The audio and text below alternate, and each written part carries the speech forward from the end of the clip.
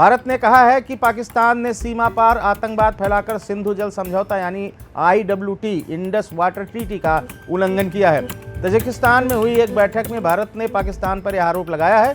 पर्यावरण, वन और जलवायु परिवर्तन राज्य मंत्री और विदेश राज्य मंत्री कीर्तिवर्धन सिंह ने तजिकिस्तान के दुशांबे में ग्लेशियरों को लेकर आयोजित बैठक में यह बात कही। कीर्तिवर्धन सिंह ने यह बात तब कही जब पाकिस्तान के प्रधानमंत्री शहबाज शरीफ ने भारत पर पानी को हथियार बनाने का आरोप लगाया था। शहबाज शरीफ ने यह आरोप UN के एक मंच पर लगाया था।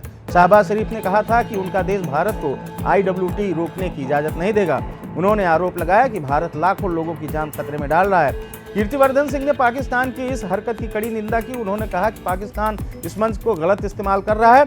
उन्होंने कहा कि सिंधु जल समझौते की शुरुआत में ही यह लिखा है कि यह समझौता अच्छे इरादे और दोस्ती के साथ किया गया है। उन्होंने कहा कि समझौते का ईमानदारी से पालन करना बहुत जरूरी है, लेकिन पाकिस्तान की ओर से होने वाला सीमा पार आतंकवाद इस समझौते को लागू करने में बाधा डाल रहा है। कीर्तिवर्धन सिंह ने सम्मेलन में कहा कि हमें पाकिस्तान द्वारा इस मंच का दुरुपयोग कराने और ऐसे मुद्दों पर अनावश्यक संदर्भ लाने के प्रयास से निराशा हुई है जो इस मंच के दायरे में नहीं आते हैं। हम इस तरह के प्रयास की कड़ी निंदा करते हैं। उन्होंने यह कहा कि यह सच्चाई है कि परिस्थितियां बदल गई हैं, तकनीकी विकास हुआ है, जनसंख्या बदली है, जलवायु परिवर्तन हो रहा है और सीमा पार आतंकवाद का खतरा भी है। इसलिए अब इस समझौते की शर्तों पर फिर से विचार करने की जरूरत है। कीर्तिवर्धन सिंह ने कहा कि सरकार के अंदर भी यह बात चल रही है कि इस समझौते की शर्तों को बदलना चाहिए।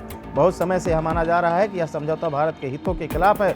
उन्होंने कहा पाकिस्तान जो खुद को इस समझौते का उल्लंघन कर रहा है, उसे इस समझौते के उल्लंघन का आरोप भारत पर लगाने से बचना चाहिए। कीर्तिवर्धन सिंह ने सम्मेलन के विषय पर बात करते हुए जलवायु परिवर्तन के प्रभावों के बारे में बताया। उन्होंने कहा कि ग्लेशियरों का पिघलना सिर्फ एक चेतावनी नहीं बल्कि एक सच्चाई है। इसका पानी की सुरक्षा, जैव विविधता और अरबों लोगों की आजीविका पर बहुत बुरा असर पड़ेगा। यह समस्या बढ़ती जा रही है और इसका सबसे ज्यादा असर हिमालय जैसी पहाड़ी इलाकों पर पड़ रहा है।